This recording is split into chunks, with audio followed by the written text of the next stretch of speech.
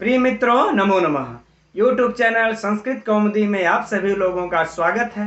हम लोग आज कृदंत प्रकरण के शेष बचे प्रत्ययों का अध्ययन करेंगे।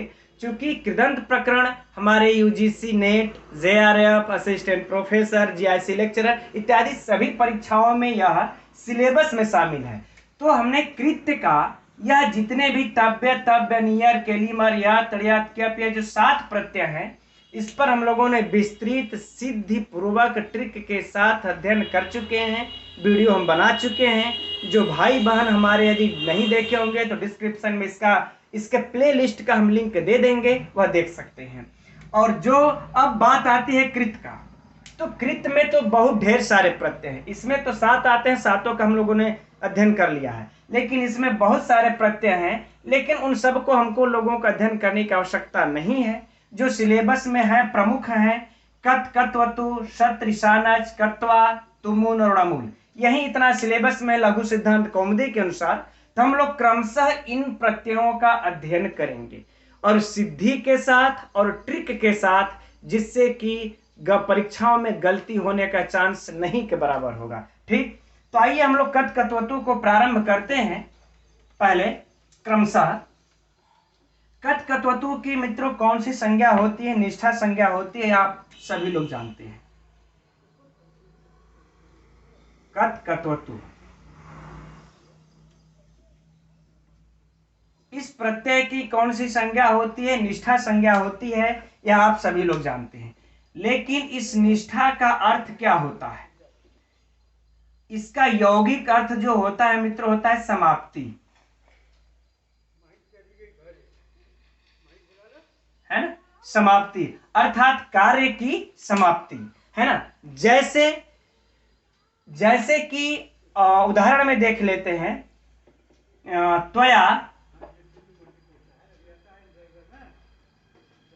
त्वया देवः स्तुतः। ठीक, त्वया देवः स्तुतः यानी कि देवता की स्तुति हो चुकी है।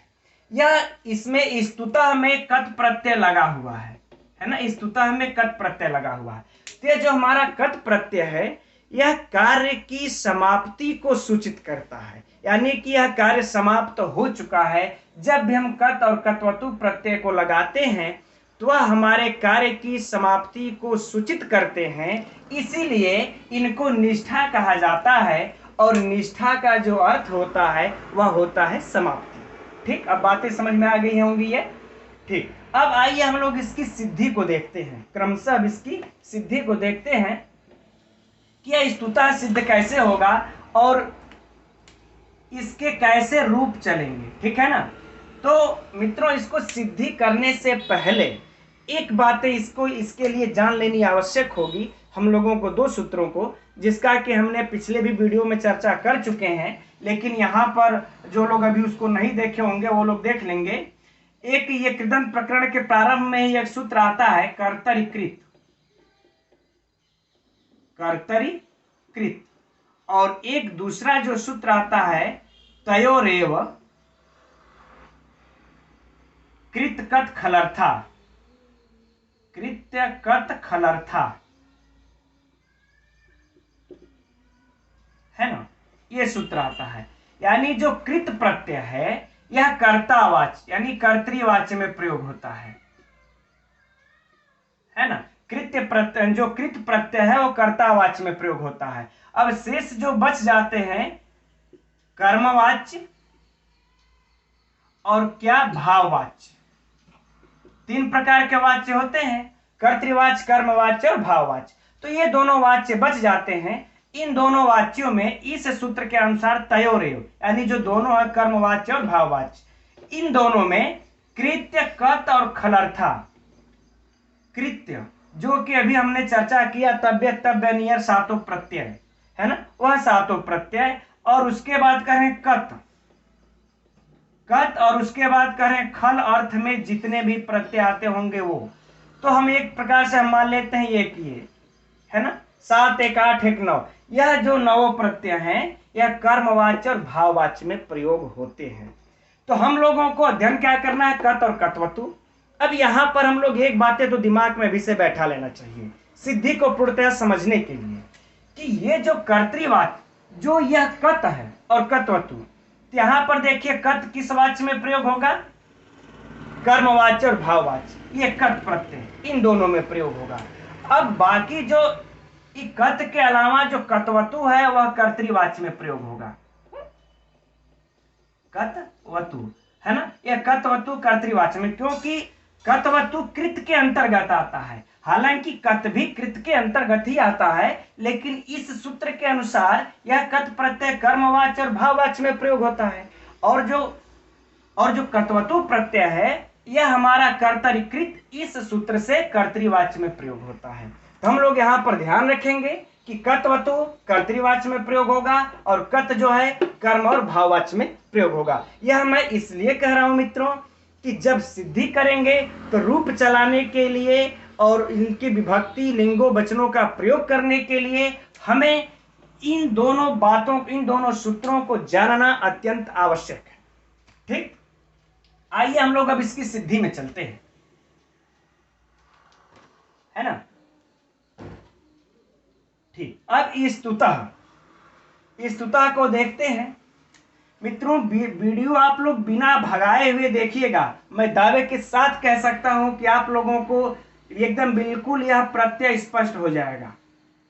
स्तु धातु से कत प्रत्यय देखिए लगा है, स्तु धातु से कत प्रत्यय किस सूत्र से, निष्ठा सूत्र से, है ना। जो निष्ठा सूत्र है इस सूत्र से भूतकालिक अर्थ में स्तु धातु से कत प्रत्यय लग गया। ठीक, अब इसको हमें सिद्ध करना है। तो आप सभी लोग जानते हैं कि क काल असक्व तद्धिते सूत्र से लोप हो जाएगा, क्या बच जाएगा, त। तो स्तु धन त। अब मित्रों ये जो सिद्धि करनी है तो सिद्धि करना बहुत ही आसान है, आप लोग बिल्कुल कंफ्यूजन न लें। इसमें सिर्फ हम लोगों को दो ही बातों का ध्यान रखना होता है। एक तो हम लोग ध्यान रखेंगे, जानते हैं किसका, आगम का, और दूसरा ध्यान रखते हैं गुण और वृद्धि का, है ना।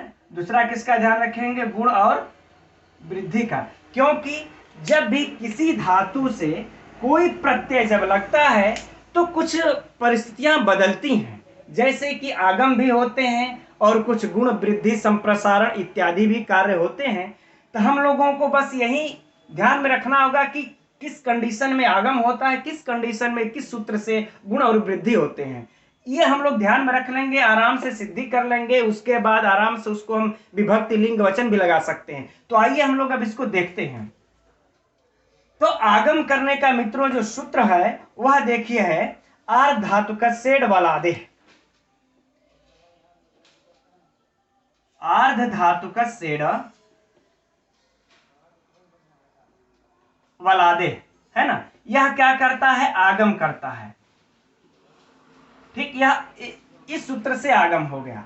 अब हम लोग इस सूत्र को थोड़ा सा समझ लेते हैं। वैसे हमने कृत्य प्रत्यय के अंतर्गत ही आगम गुण वृद्धि सारे सूत्रों को समझा दिया विस्तृत रूप में, लेकिन चलिए कोई बात नहीं, एक बार यहां पर फिर इसको संक्षिप्त रूप में देख लेते हैं।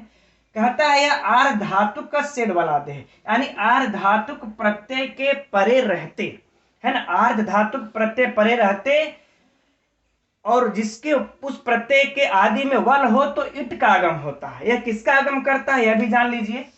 किस चीज का आगम कर रहा है इस सूत्र से, इट का आगम, अर्थात इन दोनों धातुओं के बीच में ई होगा। लेकिन कब, इसके लिए कंडीशन देखिए क्या रखते हैं। पहला कंडीशन क्या है, आर्ध धातुक हो,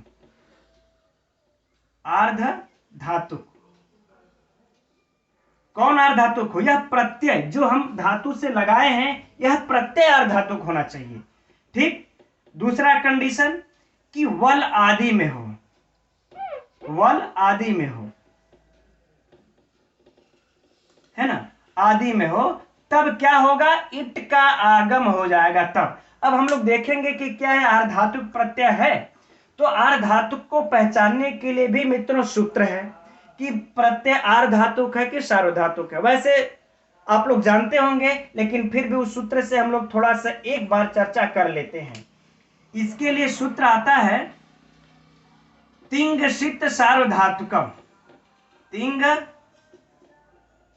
शीत सार्वधातुकम, अलग अलग हम लिख दिए हैं समझने के लिए, ठीक।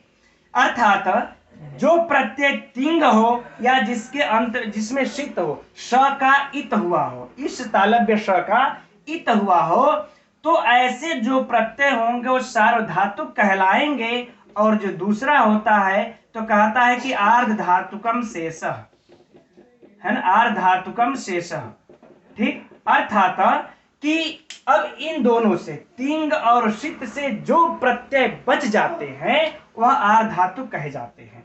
तो अब हम कत को देखते हैं। यह कत जो है ना ही यह तिंग है और ना ही यह स-इत हुआ है, इसमें से तो क इत हुआ है, यह कित है, स-इत है ही नहीं, तो ना यह तिंग है ना ही शीत है, तो सार्वधातुक हो ही नहीं सकता। तब यह क्या होगा, आर्धधातुकम, क्योंकि इन दोनों से जो शेष बच जाते हैं वह आर्धधातुक होते हैं। तो यह कौन सा प्रत्यय हुआ, आर्धधातुक प्रत्यय, ठीक।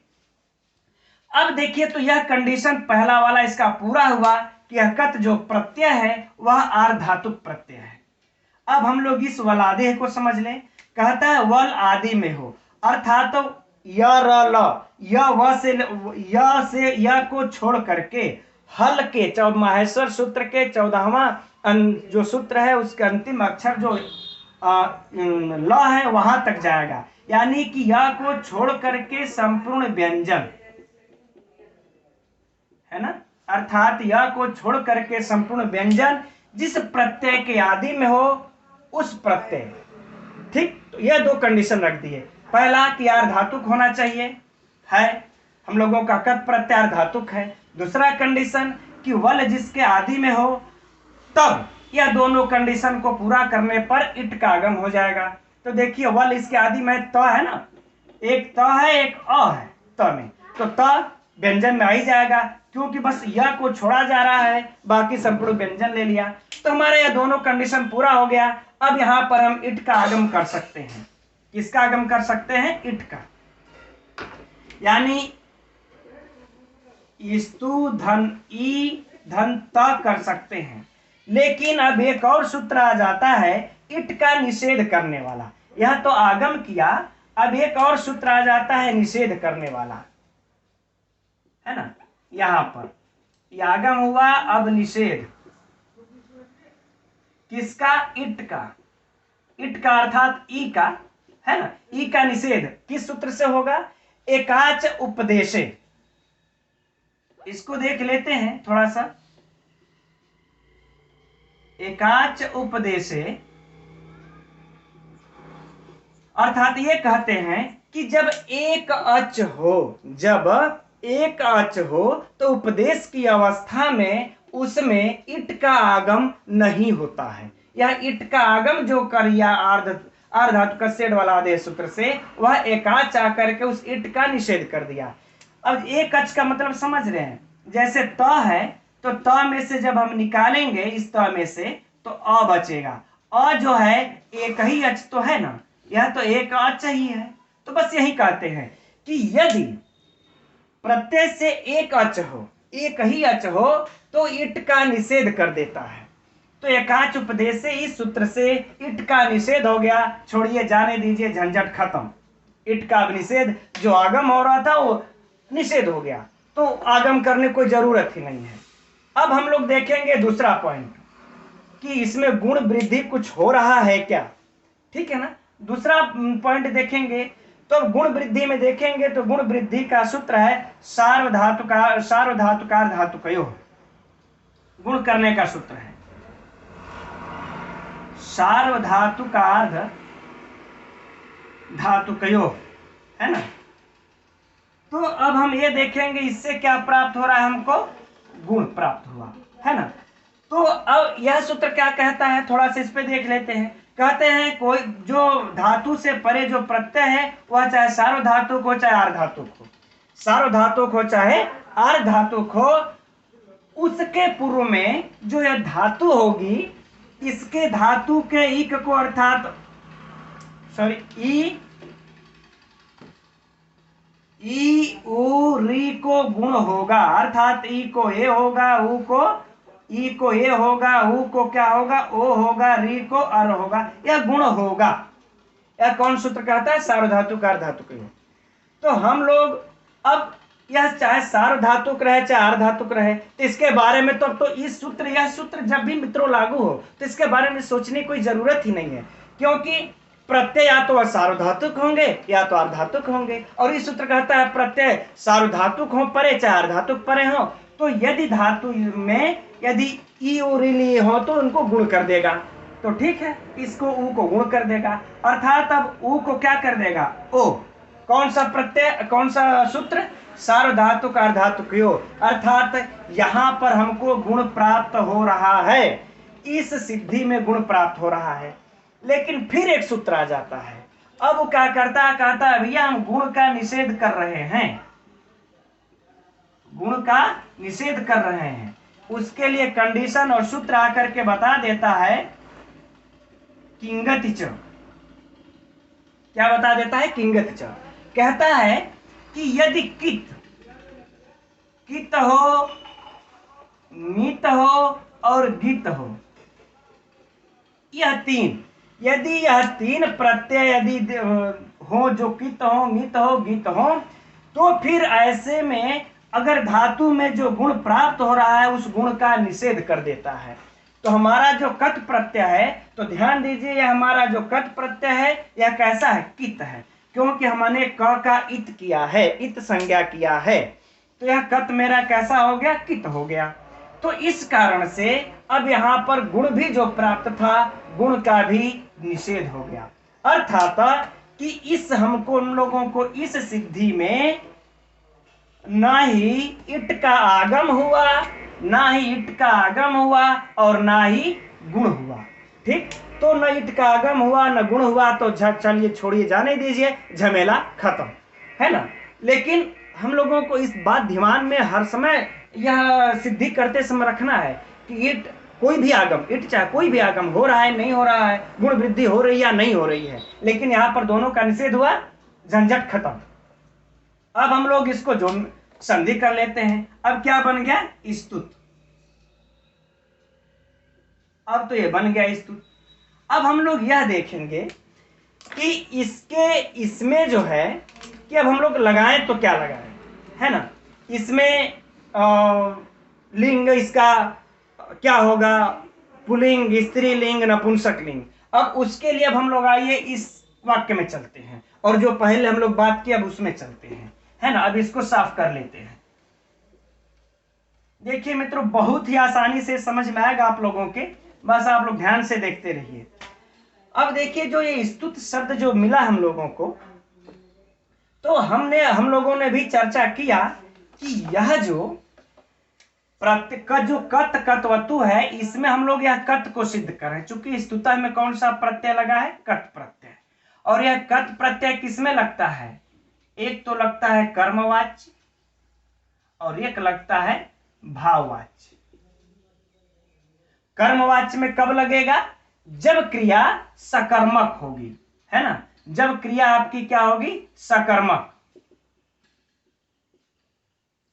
और भाववाच्य में कब लगेगा? जब क्रिया होगी अकर्मक, है ना। तो हम लोग देखते हैं कि हमारा जो यह स्तुति है, स्तु जो धातु है, यह सकर्मक क्रिया है। कैसी है? सकर्मक क्रिया है। अर्थात हमारा जो यह कट प्रत्यय है, यह यह कर्मवाच्य में लगा है ना। क्यों यह कर्मवाच्य में लगा है, भाववाच्य में नहीं लगा है। हम लोग भाववाच्य का भी उदाहरण भी देखेंगे, है ना। तो यह भाववाच्य में जब लगा ही नहीं है, तो यह किस में लगा है? कर्मवाच्य में लगा है, यानी इसका कर्म उक्त होगा। यानी कि कर्मवाच्य में लगने का मतलब कर्म उक्त और कर्ता अनुक्त, ठीक है ना। चलिए अब हम इसको भी हम मिटा लेते हैं। यह स्पष्ट हो गया कि कत धातु कर्मवाच्य में लगा है। अब स्तुता को हम लोग यहां से पकड़ लेते हैं, यहां पर लिख देते हैं स्तुत। अब देखिए यहां पर जो यह वाक्य था, अब इसमें देखिए यह कर्म कौन है? यह देव। यह कर्म है, यह क्या है? कर्ता है, यह क्या हो गई? क्रिया। अब इसी में हमको लगा देना है कि यह कौन सा वचन होगा, कौन सा लिंग होगा। तो हम अब यह जैसा कहे हम कि यह कर्मवाच्य में लगता है, तो इसका कर्म कौन है? देव। तो हम जो भी इस स्तुत में स्तुत में जो भी हम लिंग विभक्ति वचन जो कुछ भी लगाएंगे वह इस कर्म को दृष्टि में रखते हुए लगाएंगे। कर्म को देखेंगे कि कर्म है क्या।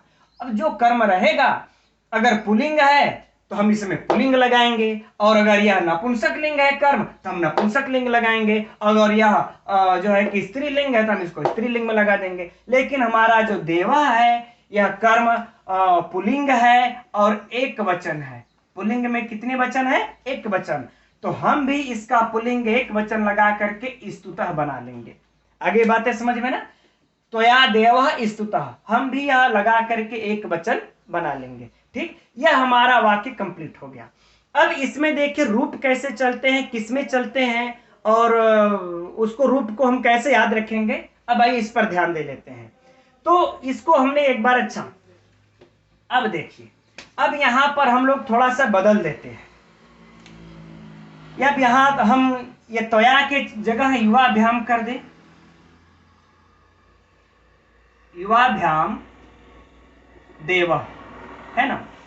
तो यहां देखिए कर्ता हमारा, अब जहां पर त्वया एक वचन था युवाभ्याम द्विवचन हो गया, लेकिन हमारा कर्म एक ही वचन रह गया। तो ये जो स्तुता है इसमें कोई भी फर्क नहीं पड़ेगा, क्योंकि कर्ता जो है कर्म से संबंधित होता है ना। कर्ता जो है इस कर्म से संबंधित होता है, इसका इस क्रिया से कोई लेना देना नहीं होता है ना। लेकिन अच्छा, यहां पर एक बात और भी हम लोगों को ध्यान में रखनी होगी। आप लोग सोचते होंगे कि ये बताइए कि जैसे ही युवाभ्याम जब शुरू होता है तो आप लोग जानते होंगे प्रथम पुरुष, मध्यम पुरुष, है ना, और एक होता है उत्तम पुरुष। तो आप लोग सभी जानते होंगे कि हाँ, तुम मध्यम, हम उत्तम, बाकी सब क्या है? शेष प्रथम। जानते होंगे। तब आप ये सोचेंगे कि ये जो तुम है तो ये तुम का मध्यम पुरुष में क्रिया प्रयोग होनी चाहिए। तो ऐसा नहीं है, क्योंकि यह धातु के साथ हमारा यह नियम लगता है। ये जो नियम होता है धातु के साथ लगता है, लेकिन स्तुतः में ये कृदंत प्रत्यय लग जाने के बाद यह क्या हो गया? प्रातिपदिक हो गया है। यह क्या हो चुका है? स्तुतः प्रातिपदिक हो चुका है। इसलिए इस स्तुतः के साथ यह प्रथम पुरुष, मध्यम पुरुष, उत्तम पुरुष वाला झमेला नहीं लगेगा। यह इसको नहीं जानता, क्योंकि यह प्रातिपदिक हो चुका है। यह सिर्फ कर्म को पहचानेगा। आगे बातें समझ में। तो हम लोग युवाभ्याम, चलिए अब लोग यहां पर थे, लगे हाथ इस टॉपिक को भी समझ लिए। अब युवाभ्याम हुआ द्विवचन, यह त्वया युवाभ्याम द्विवचन, लेकिन इस क्रिया स्तुतः पर, इस प्रातिपदिक स्तुतः पर कोई फर्क नहीं पड़ा, क्योंकि हमारा कर्म सेम है। इसी तरह से यदि हम यहां पर मया भी कर दें, मया देवः, तो भी यह स्तुतः ही रहेगा, इसमें कोई भी फर्क पड़ने वाला नहीं है। लेकिन यदि हम जब कर्म बदलते हैं, ये तो हमने कर्ता चेंज किया अभी तक, लेकिन जब हम कर्म को बदलेंगे, इस कर्म को यदि हम बदल देते हैं, अब क्या कर देते हैं? देखिए, कर्म को हम बदल करके जो त्वया देवः स्तुतः था, अब हम कर देते हैं त्वया देवौ। क्या कर देते हैं? त्वया देवौ। अब देखिए यह कर्म कितने वचन हो गया? देवः देवौ, यानी कि कर्म कितने वचन हो गया? द्विवचन। तो जब जैसे ही कर्म अगर द्विवचन होता है तो यह भी द्विवचन हो जाएगा, अर्थात यह भी स्तुतः हो जाएगा। यह भी क्या हो जाएगा? स्तुतः हो जाएगा, है ना। स्तुतः स्तुतौ। अब देखिए, हाँ, अब लगे हाथ यहीं पर थोड़ा सा रूप भी समझ लेते हैं कि इसका रूप तब कैसे चलेगा। कंफ्यूजन बिल्कुल नहीं होना है मित्रों। इसका जो रूप होता है यह कत प्रत्यय का, तो वह कैसे चलता है? पुल्लिंग में और नपुंसक लिंग में। यह याद रख लेना है कि जो अकारांत होते हैं, जैसे अकारांत का रूप चलता है, वैसे ही नपुंसक लिंग में भी चलेगा और पुल्लिंग में भी चलेगा। अर्थात रामः का रूप आप लोग, राम का रूप, देव का रूप जैसे चलाते हैं ना, वैसे ही इसका भी कत प्रत्यय लगने के बाद भी पुल्लिंग और नपुंसक लिंग दोनों में चलेगा, है ना। जैसे राम का, देव का, और नपुंसक लिंग में हम जल का चलाते हैं। किसका चलाते हैं? जल का। राम तो नपुंसक लिंग है नहीं, जल आकारांत नपुंसक लिंग है। तो जो हमारा कत प्रत्यय लगने के बाद जो हमारा बन जाता है इसी के प्रकार से अब चलेगा। तो राम रामौ, तो क्या हो जाएगा? स्तुतः स्तुतौ। क्या हो जाएगा? स्तुतः स्तुतौ। अगर परीक्षा में एक बार ऐसा पूछा है ना, एक बार ऐसा पूछा है, मान लेते हैं अगर परीक्षा में आप लोगों से पूछ दे स्तुतौ को दे दे और बोल दे स्तुतौ में कौन सा प्रत्यय है, तो आप लोग ये ना सोचे, तब तो आदमी घबरा जाता है जो अगर इसको नहीं अब पढ़ा है तो, यार स्तुतौ में तो प्रत्यय कहां से लगेगा, कौन सा प्रत्यय हो सकता है, क्योंकि किसी भी दृष्टि से कत प्रत्यय आप लोगों को इसमें समझ में ही नहीं आएगा, क्योंकि यह कत प्रत्यय लगा करके रूप चला दिया है। प्रथमा विभक्ति का द्विवचन हो गया है, जैसे देवः देवौ देवाः, तो स्तुतः स्तुतौ स्तुताः। अब इसी को यदि हम लोग यहां पर देखिए, तो या देवा यदि कर देंगे, कर्म जब बहुवचन होगा तो यह भी बहुवचन होकर के स्तुताः बन जाएगा। क्या बन जाएगा? स्तुताः। अब बातें समझ में आ गई? यानी इसको देखिए ना, देवौ स्तुतौ, देवाः स्तुताः, देवः स्तुतः, एकदम सिंपल सी बात है ना, कि यह कर्म को पकड़ करके ही चलेगा, और यह आकारांत है तो आकारांत इसका रूप भी चलेगा। अब यदि ये तो देखिए रवि पुल्लिंग की बात, अगर मान लेते हैं यह जो है क्या हो गया? नपुंसक लिंग, अरे स्त्रीलिंग हो गया, चाहे नपुंसक लिंग हो गया। जैसे नपुंसक लिंग क्या, अच्छा पहले स्त्रीलिंग का ये देख लेते हैं। यहां से स्त्रीलिंग में कलर थोड़ा इसका चेंज कर लेते हैं। अब हो गया देखिए त्वया, अब यह देवा की जगह देवी हो गई। अब यहां पर क्या लिखेंगे? अब हुई समस्या। तो हम वही करें जो स्तुतः जब भी हम बनाएंगे, इसकी सिद्धि करेंगे, तो हमें इस कर्म को ही ध्यान में रख करके लगाना होगा। अब यहां पर कर्म हमारा क्या है? स्त्रीलिंग है, एक वचन है, तो यहां पर भी हम स्त्रीलिंग एक वचन में इसका लगा देंगे, और स्त्रीलिंग एक वचन में जैसे इसका रूप चलता है आकारांत। कैसे रूप चलता है? आकारांत। जैसे कि स्त्रीलिंग में रमा का रूप चलता है ना, रमा, रमे, रमा, चलता है रमा, रमे, रमा।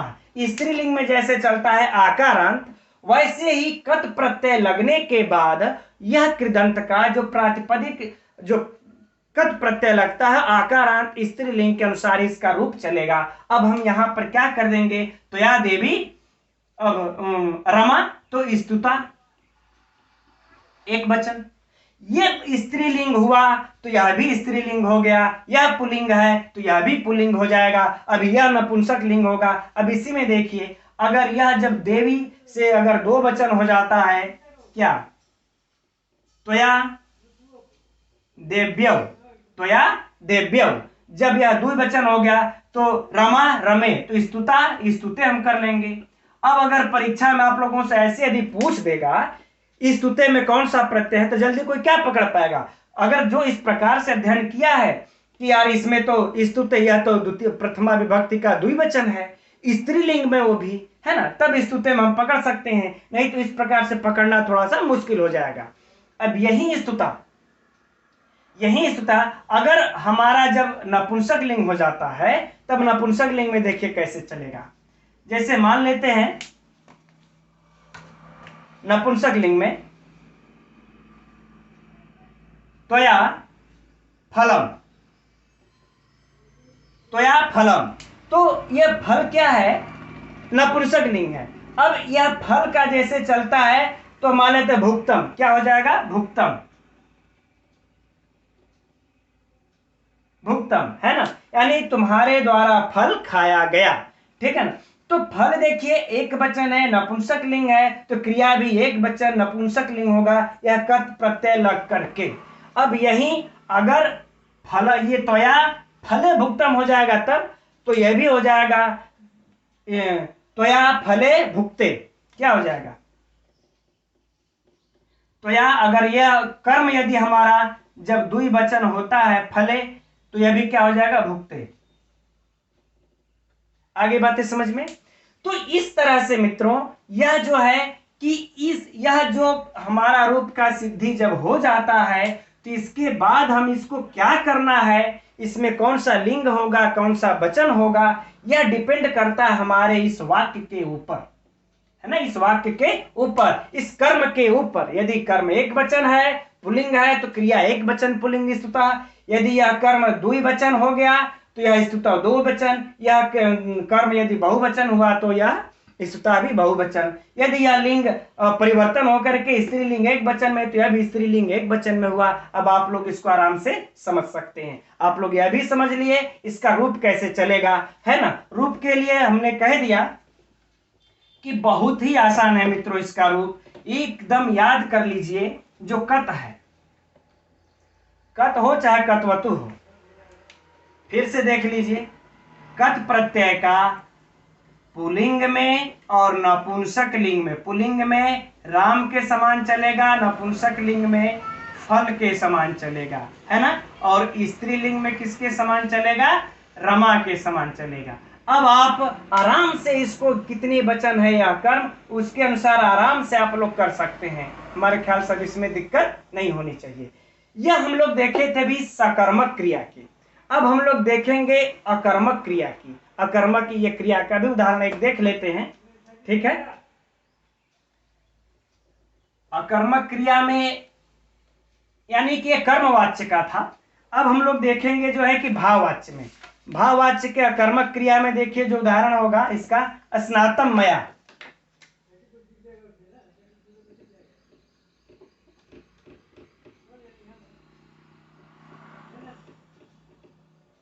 स्नातम मया, ठीक है। अब देखिए स्नातम, स्नातम में कत प्रत्यय लगा हुआ है और स्ना धातु जो है यह अकर्मक धातु है ना। यहां पर हम लोग स्नाधन कत कर लेते हैं। बहुत ही सिंपल में इसको हम लोग समझ लेंगे। अब आप लोगों को यह कहने कोई जरूरत नहीं है। यहाँ पर देखिए क काल सकव ये तद्धिते से लोप हो जा करके क्या बचेगा, स्नाधन त। अब हम लोग इसमें आगम या गुण वृद्धि देख लेंगे। तो इसमें मित्रों अब आप लोग खुद ही देख सकते हैं कि धातु के अंत में ई उरी तो है नहीं, तो गुण वृद्धि होने से रहा नहीं, लेकिन आगम तो होगा। आगम होगा, सेम सूत्र लगाएंगे, आर धातु का सेड ये बलादे सूत्र से आगम इट का आगम होगा। फिर आपका एकाच उपदेशे वाले सूत्र से इट का निषेध हो जाएगा, तो कोई मतलब ही नहीं बनता है। अब क्या हो जाएगा, स्नात। क्या बन जाएगा, स्नात।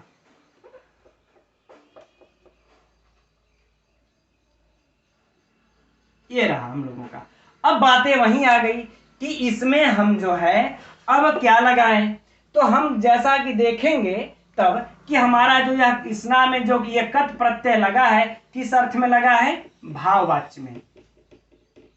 इसमें लगा है, यह भाववाच्य में लगा हुआ है। तब हम लोग देखेंगे, ठीक है, कि यह भाववाच्य है। तो भाववाच्य में आप लोग जानते हैं कि का जो है कि कर्म होता ही नहीं है, अकर्मक होता है। और जो इसकी जो कर्ता होता है, जो कर्ता होता है वो सदैव जो है कि वो आपका अनुक्त हो जाने के कारण कर्ती कर्णेय तृतीया से तृतीया में एक वचन हो जाएगा।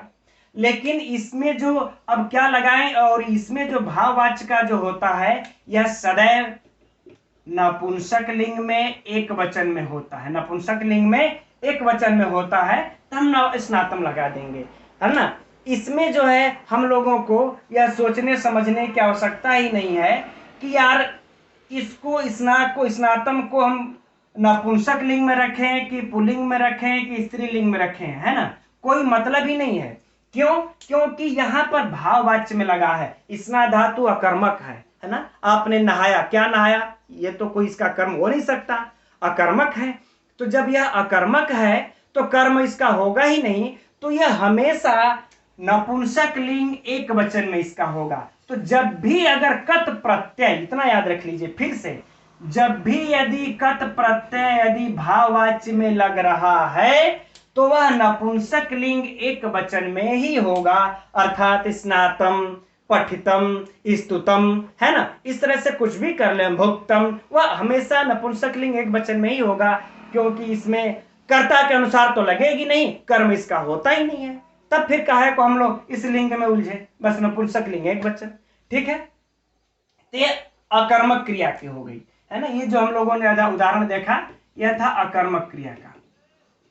ठीक, अब हम लोग देखेंगे यह कत्वतु का, कत्वतु का भी सिद्धि देख लेते हैं। ठीक है, तो आइए पहले इसको साफ कर लेते हैं। इसका उदाहरण मित्रों विश्वम, जो लघु सिद्धांत कौमुदी में जो दिया है, विश्वम कृतवान विष्णु, यह इसका उदाहरण दिया है। अब कृतवान में जो है कि कत्वतु प्रत्यय लगा है इस कृतवान में। अब आइए हम लोग इसकी सिद्धि कर लेते हैं। ठीक, तो देखिए क्री धातु से कौन सा प्रत्यय लग गया? कत्वतु, आप लोग जानते हैं। फिर इसमें यह उ का उपदेश अजनुनासिक इत से और क की लसक्व यह तद्धिते से, इन दोनों का लोप हो जाएगा। क्या बचेगा? क्रीधन तवत। ठीक, अब फिर से हम लोग यहां पर इसी दो बातों को ध्यान में रखेंगे कि आगम कोई हो रहा है कि नहीं हो रहा है, कोई गुण वृद्धि हो रही है कि नहीं हो रही है, तो आगम भी होगा। सेम जैसा अब हम लोग फिर से रिपीट यहां पर क्या अब करें, जैसा कि सेम हम लोगों ने वहां पर किया था। सार्वधातुक अर्धातुक प्रत्यय, अरे अर्धातुक के प्रत्यय के ये परे रहते और वल के आदि में रहते, इट का आगम होगा। लेकिन है ना, यहाँ पर इट का अब आगम होगा, फिर इस आगम का निषेध है ना, इट के आगम का निषेध, और फिर आपके गुण वृद्धि होगा कित हो जाने के कारण, उस जो है कि गुण का निषेध हो करके सीधे सीधे क्या बच जाता है? तवत ही रह जाता है। तो इसका जो सिद्धि क्या हो जाता है? कृतवत। क्या हो जाता है? कृतवत। अब इस तवत से अब समस्या यह उठती है कि इस तवत में अब हम क्या लगाएंगे? पुल्लिंग, नपुंसक लिंग, एक वचन, द्विवचन, स्त्रीलिंग, क्या चीज लगाएंगे? तो अब हम जैसा कि हमने कहा कि ये जो कत्वतु जो प्रत्यय है ना, जो कत्वतु प्रत्यय है किस अर्थ में लगता है? कर्तरीकृत सूत्र से कर्तरीवाच्य में लगता है ना। यह इसकी चर्चा हम लोग कर चुके हैं, तो कर्तरीवाच्य में लगता है। तो अब हम इस वाक्य को देखेंगे कि इस वाक्य में कर्ता कौन है, इस वाक्य का कर्ता कौन है। तो कर्ता कौन है इस वाक्य में? विष्णु। यह कर्ता है, यह आपका यही वाली क्रिया हो गई, और यह क्या हो गया? कर्म हो गया, विश्व। तो यह कर्ता को हम लोग ध्यान में रखेंगे कि कर्ता कितने कर्ता स्त्रीलिंग है कि पुल्लिंग है। तो कर्ता देखे हम लोग यहाँ पर पुल्लिंग है, तो ठीक है, हम लोग इसको पुल्लिंग में रखेंगे इसको। लेकिन फिर देखेंगे कि यह कर्ता पुल्लिंग में है तो कितने वचन है? तो कर्ता पुल्लिंग में है और एक वचन है। तो कर्ता पुल्लिंग में है, एक वचन है, तो हम लोग इसको भी पुल्लिंग में रखेंगे, एक वचन में रखेंगे। लेकिन अब बात ये आ गई यार कि इसका पुल्लिंग में एक वचन होगा क्या, रूप कैसे चलेगा? तो ये कत्वतु के लिए ध्यान में रखिए, इस कत्वतु का जो है पुल्लिंग में और नपुंसक लिंग में जैसे श्रीमत का रूप चलता है, यानी तकारांत श्रीमत या धीमत का रूप चलता है, श्रीमान श्रीमांतो, श्रीमान श्रीमंतो श्रीमंतः, उसी प्रकार से सेम रूप इसका भी चलेगा, है ना। सेम कृतवत का भी रूप अब चलेगा। और उसके बाद जो स्त्रीलिंग में रूप चलता है, स्त्रीलिंग में रूप जो चलता है, इसका नदी के समान, इकारांत नदी के समान चलता है ना। ठीक, यह बातें बस हम लोगों को ध्यान में रखनी है। और याद रहे तीनों विभक्तियों में, सातों विभक्तियों में, तीनों वचनों में चलता है, ठीक, और तीनों लिंगों में चलता है ना। तब हम लोग इसको आराम से बना सकते हैं। लाइए अब हम लोग यहां पर देख लिया, विष्णु कर्ता एक वचन है, एक वचन में इसका जो है क्या बनता है कि जैसे बनता है ना श्रीमान, क्या बनता है? श्रीमान। तो यहां पर क्या बन जाएगा? कृतवान। सिंपल सी बात। यदि यह हम लोगों का अगर बदलता है, जैसे कि अब यहां पर देखिए, जहां पर कि कत प्रत्यय कर्म के बदलने पर उसमें सारी कुछ बदलाव हो रहा था, कर्ता के बदलने पर नहीं। अब यह जो कत्वतु प्रत्यय है, यह जो है कि कर्ता के बदलने पर होगा, है ना, कर्ता के बदलने पर होगा, कर्म के बदलने पर नहीं। चाहे इसको विश्वम कीजिए, चाहे विश्व कीजिए, चाहे विश्वा कीजिए, इससे कोई फर्क पड़ने वाला नहीं है। अब हम लोग विष्णु को बदल देते हैं कर्ता में, यहां पर कर देते हैं देवी, विश्वम देवी, यहाँ विश्वम देवी, यह हमारा क्या था, कर्म, यह क्या हो गया, कर्ता। अब यह देखिए, अब इसकी जो क्रिया होगी कृतवान, अब यह क्या होगी, तो क्रिया यह स्त्रीलिंग है, तब यह भी स्त्रीलिंग में हो जाएगी। अर्थात जो स्त्रीलिंग में इसका जो रूप हमने बताया नदी के समान चलता है, तो कृतवत को नदी के समान अब चला दीजिए। जैसे नदी नद्यो नद्य है, तो कृतवत कृतवती है ना, नदी तो कृतवती कृतवत्य कृतवत्य, इस प्रकार से इसका रूप चला दीजिए। विश्वम देवी कृतवती, विश्वम देवी कृतवती, सिंपल सी बात। यही चीजें यदि आप लोगों को नपुंसक लिंग में अगर रख देना हो, भाग्यम जगत, है ना, भाग्यम जगत, तो जगत का जैसे तकारांत का नपुंसक लिंग में चलता है, वैसे ही इसका अब चला करके कृतवत, क्या कर दीजिए, कृतवत, हो गया सिंपल। यदि कर्ता, फिर से देख लीजिए, यदि कर्ता पुलिंग का है तो हमारा तकारांत के समान रूप चलेगा और बनेगा कृतवान श्रीमान श्रीमंतो श्रीमंतः, तो कृतवान कृतवंतो कृतवंतः, इस प्रकार से रूप चलेगा। जितने वचन होगा हम रख देंगे कर्ता के अनुसार। यदि यह कत्वतु प्रत्यय का कर्ता यदि स्त्रीलिंग हो जाता है ना, स्त्रीलिंग हो गया, जैसे देवी है, तो अब हम देवी का लिंग देख लेंगे। देवी देव्यो देव्या, यह एक वचन है कि द्विवचन है कि बहुवचन है, या एक वचन है देवी, तो हम इसको भी कर देंगे कृतवती। अगर यह देव्यो रहेगा तो कृतवत्य हो जाता। अगर देवी देव्यो देव्या, जैसे नदी नद्यो नद्या है ना, तो यहाँ पर जाए कृतवती कृतवत्यो कृतवत्या, इस प्रकार से इसका रूप चला देंगे। इसी प्रकार से यहाँ पर हम इसका नपुंसक लिंग का भी समझ लेंगे। ठीक है मित्रों, तो यह रहा। अगर हम लोग इस चीज को इस प्रकार से समझ लेते हैं, तो चाहे आपको प्रत्यय शुद्ध शुद्ध करना हो, वाच्य परिवर्तन हो, चाहे वाक्य का शुद्ध शुद्ध हो, इसमें कहीं से भी कोई आप लोगों को समस्या नहीं होगी। ठीक है, अब मित्रों इस चार्ट से हम लोग समझ लेते हैं। देखिए इसका रूप कैसे और किसमें चलता है, एक बार फिर से पुनः आप लोग इससे देख लीजिए। हम लोग पहले कत प्रत्यय का समझेंगे। कत प्रत्यय का, जब कत प्रत्यय लग जाता है तो पुल्लिंग में अकारांत राम के समान रूप चलता है, नपुंसक लिंग में जल के समान चलता है, और स्त्रीलिंग में रमा के समान चलता है। जैसे स्ना धातु से कत प्रत्यय लगता है तो स्नातः, नपुंसक लिंग यदि लग गया तो जलम जले जलानी, तो स्नातम स्नाते स्नातानी, इस प्रकार से चल देगा। और रमा में यदि लगता है, स्त्रीलिंग में स्ना धातु यदि कत प्रत्यय लग जाता है, स्त्रीलिंग में बनाना है, तो जैसे रमा रमे रमा, तो स्नाता स्नाता स्नाते स्नाता हम कर देंगे। इस प्रकार से ये चलेगा। ठीक उसी प्रकार से रामा रामो रामा, स्तुता स्तुतो स्तुता, स्तुतम स्तुते स्तुतानि, स्तुता स्तुता स्तुत्यो स्तुत्या, है ना। ठीक उसी प्रकार से पठ धातु का भी हम देख लेंगे। पठिता पठितो पठिता, राम रामौ रामा, है ना। जलम जले जलानी, पठितम पठिते पठितानि, रमा रमे रमा, पठता पठते पठता, इस प्रकार से रूप हम चला लेंगे। यानी कत धातु कत प्रत्यय लगने पर जो शब्द बनता है वह तीनों लिंगों में, सातों विभक्तियों में इसके अनुसार चल देगा। अब आप लोगों को क्या रूप याद है, कहीं से भी चला लीजिए, कोई भी समस्या नहीं होगी। अब जब कत्वतु प्रत्यय लग जाता है तब देखिए पुलिंग में श्रीमत के अनुसार चलता है। जैसे श्रीमान श्रीमंतो श्रीमंतः, तो पठितवान पठितवंतो पठितवंतः, इस प्रकार से चलेगा। और अगर नपुंसक लिंग में यदि हमको लगाना होगा तो जिसे जगत है ना, जिसे जगत का चलता है तो पठितवत। ठीक, अब अगर स्त्रीलिंग में लगाना होगा तो नदी का जैसे रूप चलता है, नदी नद्यो नद्यः, तब पठितवती पठितवत्यो पठितवत्यः, इस प्रकार से रूप हम विभक्ति के अनुसार हम चला लेंगे। तो मित्रों इसमें कहीं से भी कंफ्यूजन नहीं होना है कि पठता हो तो हम जो है कि चाहे पठितम हो, पठितवत है तो सत्री सानच कुछ और भी प्रत्यय हम लगा दें, ऐसा कुछ नहीं है। ये सब में कत कत्वतु प्रत्यय है। यह परीक्षा की दृष्टि से अत्यंत महत्वपूर्ण है। यह वीडियो मित्रों काफी हो गया लंबा, हम उम्मीद करते हैं आप लोगों को समझ में आ गया होगा। अब सत्री सानच कल के वीडियो में देखेंगे। अगर आप लोगों को समझ में आया होगा मित्रों, कैसा लगे कमेंट करके हमें अवश्य बताइएगा। नमो नमः।